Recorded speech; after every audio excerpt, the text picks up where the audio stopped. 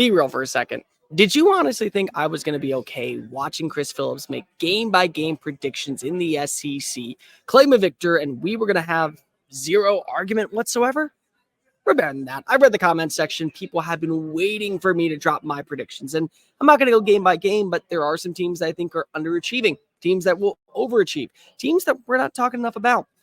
Well, I got the list right here. So who wins the SEC in 2024? Let's go ahead and discuss what's going on. SEC Unfiltered. It's Cole Thompson here. Make sure that you like the video, hit the ring notification down below, and of course hit subscribe because this is your new home for all things SEC. Download the podcast version of the show wherever you get your podcast listening systems. Follow us on the social channels, TikTok, Facebook, Instagram, Twitter, at SEC Unfiltered. If you want to follow me on Twitter, it's at Mr. Cole Thompson. Yell at me in the comments section for all I care for these egregious predictions. And if you want to keep up to date with everything SEC related, visit SECUnfiltered.com. This episode is brought to you by RHOBACK. Look good, feel good this upcoming fall at RHOBACK.com by using the promo code SECU for 20% off all joggers, polos, hoodies, shorts, much, much more. Make sure that you're dressed in the nine on game days with RHOBACK. Use promo code SECU for 20% off.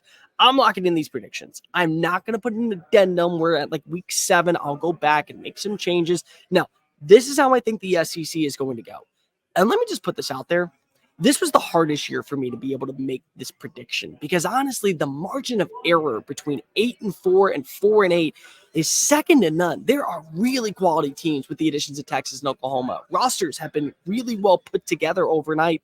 And honestly, when you feel that these teams are trending upward, it's because they are. So if you don't like where you sit this year, just remember, you may be a piece or two away heading into 2025. Let's start off with Georgia, betting favorite to win the SEC, one of the favorites to win the college football playoff. It would be easier to find a piece of hay in a giant needle stack than it would to find a fault with Georgia's roster. They have everything top to bottom, including what they returned from last season. Quarterback's back, Carson Beck. One of the best in college football. If that's not enough to get your motor going, what should be is the addition of new running back Trevor Etienne. This is the best running back that they've had in Athens since I would say at earliest maybe DeAndre Swift. And you could even go a step further and maybe say Nick Chubb and Sony Michel. He adds that much value. And it's going to be a major emphasis on the ground game. Yeah, you lose players like Ladd McConkey and Brock Bowers to the NFL draft. It's going to happen. But that doesn't mean the cupboard is bare. In fact, you have more weapons that were added in this offseason, like Ben Urasek, guys like Colby Young, guys like London Humphreys. Oh, and that's not also including players like Dylan Bell, who's a Swiss Army knife, Oscar Delp, and Dominic Lovett, who could be the number one target by the season's end. Defensively, you're loaded. You know what you got in your front seven. You know your linebacking core is sound as all hell, headlined by C.J. Allen. And you arguably got, for my money, the best safety in college football, Malachi Stark. So the schedule is going to be challenging. I'm not going to sit here and argue with you. You will earn your right to Atlanta and certainly to a postseason appearance. But you have the pieces to easily put together one of the best seasons we have seen in Georgia football history. Not under Kirby Smart, just history in general. But what do I have them going?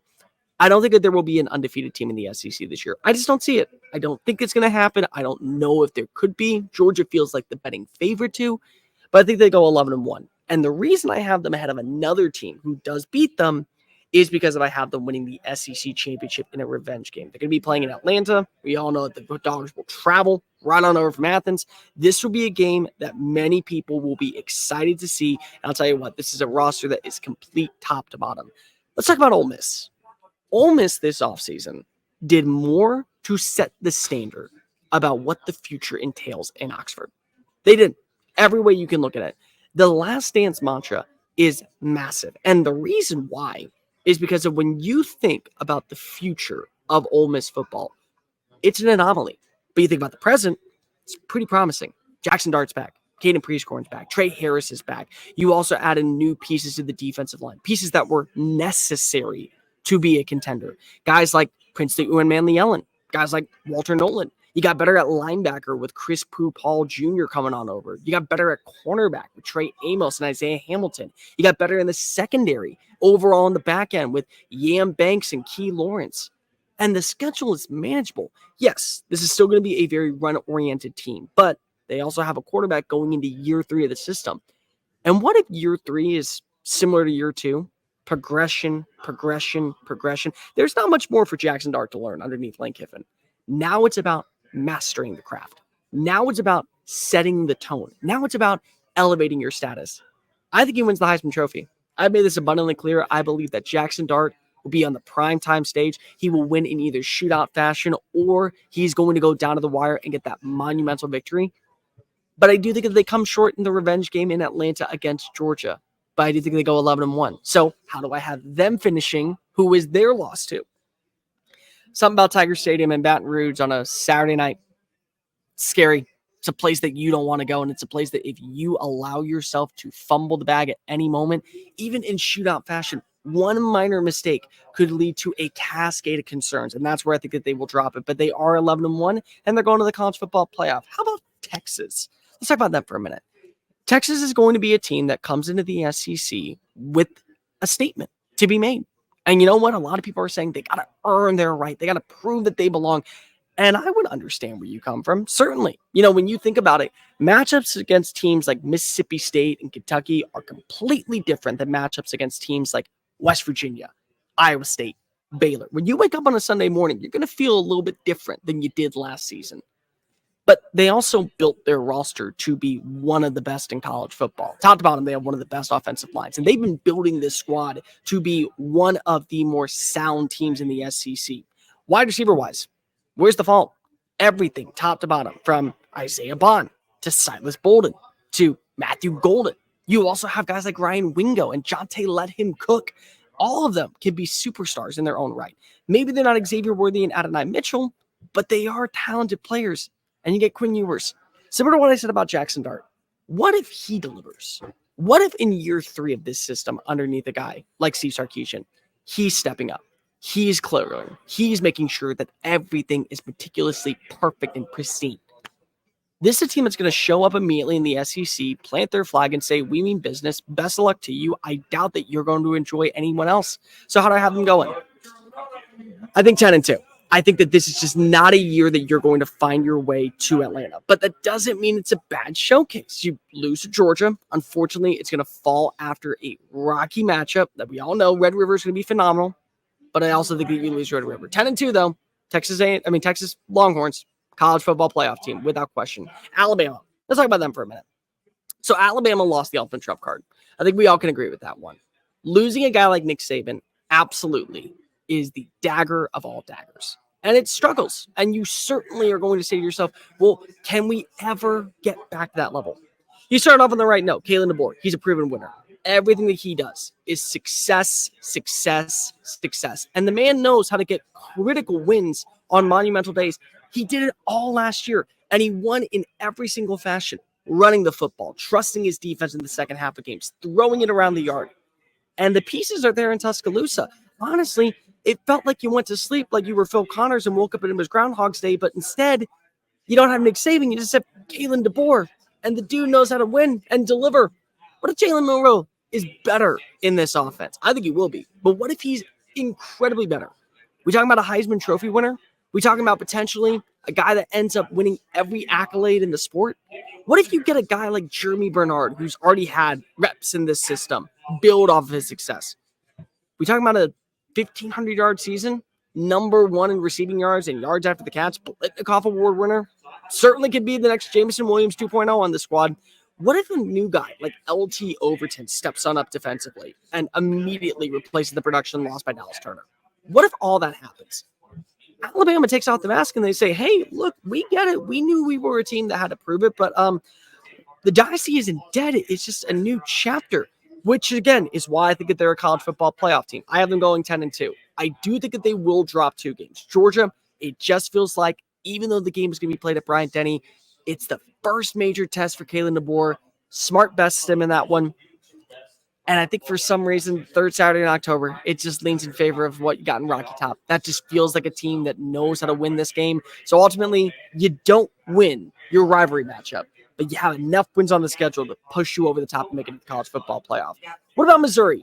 Big surprise last year. 11-2 on the season. They get a win over Ohio State in the Cotton Bowl. They immediately build off of everything that they've been doing in the transfer portal. Get really solid players like Corey Flagg at linebacker. They also get Caden Green on the offensive line. They get Marcus Bryan from SMU. They return their starting offense mostly. Theo Weiss Jr., one of the best number 2 receivers in college football. Brett Norfleet's got another year underneath his system. He's going to be phenomenal. Brady let him cook. You know what he can be. You know how talented of a playmaker he is in the backfield. You know what type of passing attack he has, and then you get the secret weapon in Luther Burden. Weapon X, you can say. This is a team with a schedule where they have to win the big games to guarantee their spot in the playoff, but double-digit wins is not off the table at all. They are easily a team that can get to that level. So, do I have them finishing there?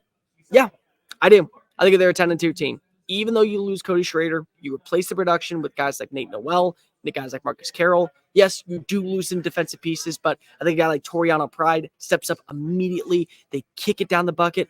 They unfortunately lose 2 games. I think Alabama and Oklahoma best them in those games. And unfortunately for them, that might not be enough to get them into the college football playoff. But I do think that 10 wins is on the horizon. Eli Drinkwitz is the right coach. They have the right offensive identity. They have the right defensive personnel. Even if they aren't making it to the CFP, it's not because they aren't a good enough team. They are a good enough team, in my opinion, to find their way into the dance. How about LSU? LSU is the what-if team. What if their offense is still as dominant as they were last year? What if they still are a top 5 scoring unit? They can run the football.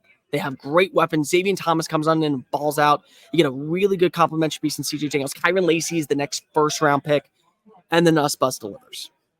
And their defense is better. What if their defense, you take away 150 yards per offensive game and 10 points per offensive game, and you add to the defense. So now you're taking away 150 yards allowed and 10 points allowed. And the teachers, the guys that you brought in, coaches, really solid ones, guys like Blake Baker, guys like Roy Raymond, guys like Bo Davis, what do they offer to this team? They get better results. You're not sleeping on LSU. They have the personnel, and also they have the coach that knows how to build programs. He's done it time and time again. Walked on in, Foghorn Leghorn in it, and immediately, 10-win season. Immediately, another 10-win season. Found success, and we're still kind of undervaluing Brian Kelly. This is what he does. He makes magic out of nothing, and it works. So why are we down him at this point? I think you're 9-3 again. I think, unfortunately, there is a game that is going to be a little bit risky at the very beginning of the season. And this is a wild card. This is a bold call. But I think that you lose to South Carolina, you lose to Texas A&M, you lose to Alabama. It's not enough to get you over the hump. And because of that, you find your way into a prominent bowl game. It's not the best version for you, but you know what? It's enough to get you by. Tennessee. Tennessee is a good team. You wouldn't know it because of mostly what you're hearing about is Nico Iamaleava, but they're a good team. I love the additions they brought in the transfer portal. Lance Hurd is a starting left tackle in the NFL in 3 years. Holden Stays is a complimentary tight end of anyone's persona. You get Chris Brazzell. You get Dante Thornton back. He's now a full year in the system. 6'5" mismatch nightmare. You have a guy like Brew McCoy. You have a guy like Squirrel White. The weapons are there. Defensively, I think you have one of the best defensive lines in the NFL. I mean, in college football, not in the SEC. In college football, I think you're loaded at that position. I think that also you have a really good linebacking room. It's unproven, but I like the linebacker room. I like the running back room. Is it enough to get you over the hump? And also, how quickly will Nico be able to play in these games? Because I know what we heard about the bowl game. I know what we saw against Iowa's defense. I know what we saw last season and what we've seen in spring practice. There's been a lot of hype around number 8 being the next version of Peyton Manning. When honestly, we need to be comparing him more so to Hendon Hooker and an elevated version of Hendon Hooker. But what if? What if at that point? I think they're 9-3. I think that they're a team that will get the massive win against Alabama. That will be their flag planting moment. They'll get over the hump and they'll beat Florida. They won't lose at Rocky Top in that game. But I do believe that Nico will have some struggles early on, and you lose to NC State in Charlotte. Go look now. There's many people who are saying, "Oh, that's a win for us." Nope. NC State's got a good offense. NC State's got a good defensive front. NC State's got a rushing attack. They can go ahead and beat you. They can easily beat you with those wide receivers. If your main weakness is your secondary, they can win over the top of KC Compassion. I think you lose to Oklahoma. Again, wide receiver play. Can your secondary step up? Can you get great play, elite play from a guy in Nico? I think you lose to Georgia. But 9-3, year one. It's a setting standard going into year 2 of the Iamaleava era. How about Oklahoma? Everyone's sleeping on them. Nobody wants to give them credit. Everyone says they're going to fall back. Here's the tape from Colin Cowherd that came back from like a year ago, which, again, why are you listening to that to begin with? But regardless, their defense is good enough to keep them in games. Their offense has weapons. They have good rushing players. They have a great ground game headlined by Gavin Sawchuk. They feel really good about their wide receiver room. You bring in Deion Burks. that's a dude that you buy stock in. And if it's already too late, I don't know what to tell you. It's going to be a struggle for you. But I like what you have. This all comes down to Jackson Arnold. Yes, we have heard the reports coming out of camp. The turnovers are a problem. Turnovers are a problem for Josh Allen. He still leads his team to the playoff every single year. How do you find a way to mitigate the flaws, the mental mistakes, to elevate you to that next level? Because if you do so, this is a team that is easily flying under the radar and could get to 10 wins. This is a team that could easily find their way into the college football playoff. If their offensive line underneath Bill Beatonbaugh, who is, for my money, one of the best at developing tackles, yeah, I'm going to believe that they can go toe-to-toe with anybody in the conference, and they will make it look easy. But I do think that, unfortunately, there will be some trick-ups along the way. Yes, they get a monumental win over Tennessee. Yes, they get a monumental win over Texas in Red River. It's a game that people are paying attention to. But you lose to South Carolina. People don't realize there's always that trap game. Monumental games, big high, the higher the fall. I think you lose South Carolina the week after. I think you also lose to Alabama. I also think that you're going to lose to LSU in the last week of the season. So you stay in the playoff hunt. It's a good season overall. 9-3. I give you credit. You like where you are. It's just not enough in year one. But you got the right coach, you got the right defense, and certainly I think by the season's end, people will realize you have the right quarterback. How about Auburn? Let's talk about Auburn for a minute. Auburn to me is a team that is better than expected. I think that they're already ahead of the curve. Personally, I believe that they're already high. You're hearing about where they're going. I think that they've already gotten there. I love the pieces that they bring in offensively.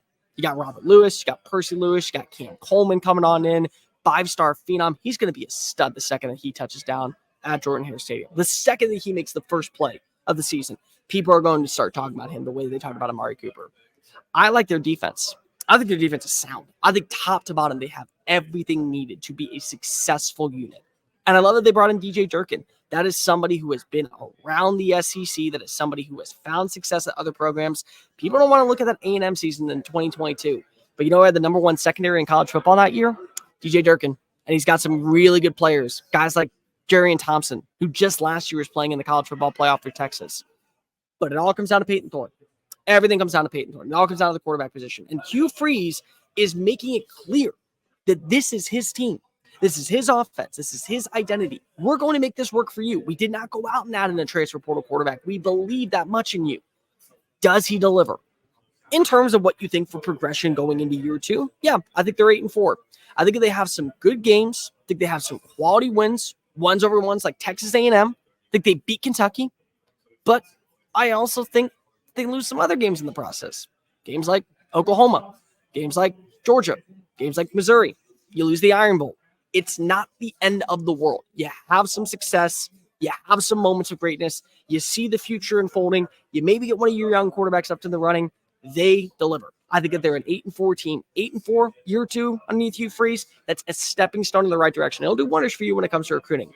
How about Texas A&M? Texas A&M is one of those teams where, again, I don't want to put the wagon before the horse. I made a video saying, shut me up. This is the team. I've always seen them live up to hype in the big games. They always do. Every single year, whether it be Alabama, whether it be LSU, whether it be against a team such as Notre Dame, they're going to deliver on those days. But what about South Carolina? What about when you play Mississippi State? What about when you play Arkansas out in Jerry World? You going to deliver? Because you haven't in years past, and that was the big glitch. I think that the problem's gone. I think that you brought back the anchor that was a reason why you had hope of going to a college football playoff. You have one of the best defensive fronts in college football. Nick Scorton is going to be a stud. I think Shamar Turner is going to ball out this year. I cannot wait to see Cassius Howell working on the opposite side. I think you got great depth. I love the quarterback. I think Connor Wegman could easily be a top 5 passer by the season's end. I believe that this team could easily go toe-to-toe with anybody in college football this year if their offensive line holds. But I just need to see it. And so I got them going 8-4. 8-4, I think, is a solid first year underneath Mike Elko. You set a standard. You get a win over Notre Dame in week 1, but you find yourself falling short in other games. Games like Florida, games like Missouri, games like Texas, but you beat LSU. So there's a lot of a roller coaster type feel for this team. Plenty of highs, a little bit of lows. Overall, setting a standard underneath a brand new head coach in a new era of Aggie football that I think is promising for the future. Kentucky's another team. I could easily see them being 10-2. I could easily see them being 5-7. It all comes down to quarterback. This is a good fit. When you look at what Bush Hamdan did last year with a guy who's now playing in the SEC, Taylor Green, you look at Brock Vanderbilt. I see a lot of similarities to Bo Nix. This is probably my weirdest take out there, but you watch the way that he runs the football, the play action plays, the design runs that are made for him, he can be successful. I like the defensive front. Deion Walker is, for my money, the best defensive player in the SEC. For my money, he is easily one of the best defensive linemen in college football. Jamon Dumas-Johnson, that's not a name that you're just bringing in and saying, oh, cool, we brought in a linebacker. No, you brought in a linebacker. And they got, in my opinion, the most underappreciated wide receiver trio in college football. Jamori Macklin, Dane Key, Barian Brown. Their running back room is a little questionable right now because we don't know when Chip Trayanum's coming back, and we don't know what the offensive line looks like. But they bring in Gerald Mincey. Does that upgrade the BBW? I think they're 8-4. I think if they have monumental games, I think if they get a couple of big-time wins, I just don't see enough to where we're going to put them over the top. This feels like a team that probably, because of where the SEC is right now, they don't have enough pieces to kind of go ahead and push them over. How about we go to South Carolina? South Carolina is one of those weird teams for me that I call a joker. I absolutely call them a wild card. Yeah, I could see it happening. I could easily see them fumbling the bag. I could easily see them putting together one of the best seasons in college football that nobody's talking about. Lenoir Sellers, we've been hearing about him for years. Last season, everyone was talking about Spencer Rattler. But they had Rex Beck sitting in the sidelines. They upgraded their running back room. Oscar Attaway, Rocket Sanders, really talented players. Wide receivers an unknown, but it's a good unknown. So many people can step up and be that number one pass threat. So many people can be that security blanket for their young quarterback. So many people can be that X factor, the way Xavier Legette was last year, and in 2022, the way Juice Wells was. I think their defense is going to be one of the best in the SEC. Top to bottom, I love their secondary. I love their front seven. I love Taka Hemingway. I think they have one of the best linebackers in the country in Debo Williams, and they have a schedule to where they'll be tested. They can win some games easily. They can lose some games easily. This comes down to coaching. This comes down to fundamentals in the offensive line. This comes down to every meticulous pattern for this team. And ultimately, I think they're 6-6. Better than expected. They will hit the over, but they're not going to win every game. They lose to Kentucky. They lose to Alabama. They lose to Texas A&M. They lose to Ole Miss. They lose to Missouri. But you do get a big win at the end of the year. I left the team off there. There's a trophy that is coming back to Columbia, South Carolina this year. And Dallas Sweeney is going to be left out of the playoff because of it. How about a team like Florida? Okay, this is one that we got to talk about because let's be real. Florida has the schedule for pure hell. College Football Satan took one look at it and said, you know what? I'm sadistically evil. I'm not that evil.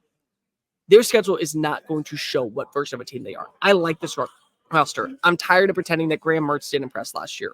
I'm tired of believing that Graham Mertz didn't show out every sense of the word last season.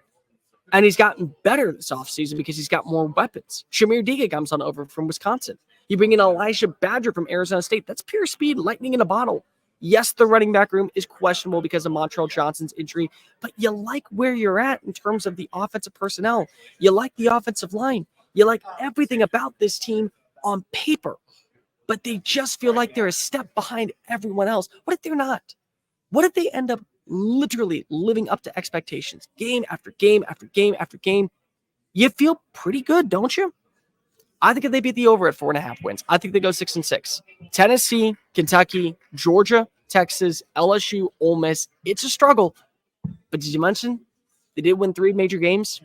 They won the state of Florida. They beat Miami. They beat UCF. They beat Florida State in the season finale. You like the direction that Billy Napier's going in. And of course, when you have a quarterback like DJ Lagway, who, yes, is going to play this year. He has played this year.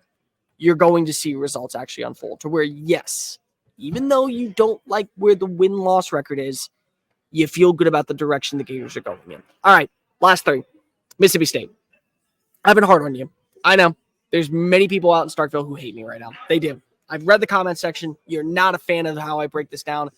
And I'm not the biggest fan of Jeff Levy. And probably Jeff Levy's not the biggest fan of me, if he even knows who I am. But here's what I do know. The best quarterback combination this year with head coach of anyone in the offseason, for my money, was Blake Shape and Jordan Forsythe with Jeff Levy, and they will score a lot of points. It may not come in week 1. It may take a few weeks for them to get their hitch under the wagon. I like their running back room. I like their tight ends. I like the names they brought in at wide receiver. They will score. They will be one of the more ferocious teams. They will be up-tempo. They will find a way to be able to run the football. It's a very dynamic style of offense that Levy likes to play in. And ultimately, I think that you overexceed my expectations. I was very cautious in this when I thought this through, but I love where this team is going.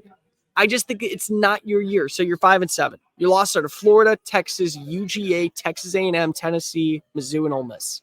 But still 5-7. You get every single marquee win. You feel good about the direction of where your program's headed, and you do get one SEC win in 2024, which means we got to talk about Arkansas. I want to believe in Sam Pittman. I want to believe that Sam Pittman has got this program turned around. I want to believe that Bobby Petrino is coming back like the crypt keeper, and he is the solution to Fayetteville.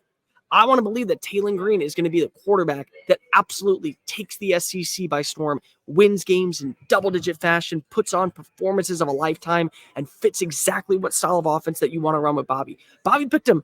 It was a hand selection. He had every quarterback in the country to go after, and he said, I want Taylon Green. But I do have some questions at wide receiver. I have some questions when it comes to the offensive line. I have some questions when it comes to the defensive front. I have some questions when it comes to everywhere besides, I would say, maybe tight end. And I just don't believe that that's enough this year. I don't. And Arkansas fans are probably going to be pissed at me. I get it. I understand that you don't like where you are, but I think you're 4-8. Auburn, A&M, Mississippi State, Tennessee, LSU, Ole Miss, Texas, Missouri. You lose all those games. It's the end of an era. And you know what? Pitt, I wish you the best of luck. If we ever can grab a nice cold beer, I'd love to do so. I just don't see it this year. And last but certainly not least, Vanderbilt. Vanderbilt hits the over. Good for them. They find a way to get that 2.5 marker because they're 3-9. They win against Georgia State. They win against Alcorn State. I think also they're going to find a way to beat Ball State. And that's how you call it a day. They go ahead and have a great quarterback in Diego Pavia. Unfortunately, the other pieces around him, sometimes you need a great supporting cast. Other times you just need great playmakers to be able to elevate you. And even if you're the quarterback of his standard, you're missing a couple pieces. But there we go. Georgia wins the SEC. I think Ole Miss, Alabama, Georgia, Texas, and Missouri are in the hunt for a college football playoff. At 9-3, I got LSU, Tennessee, and Oklahoma.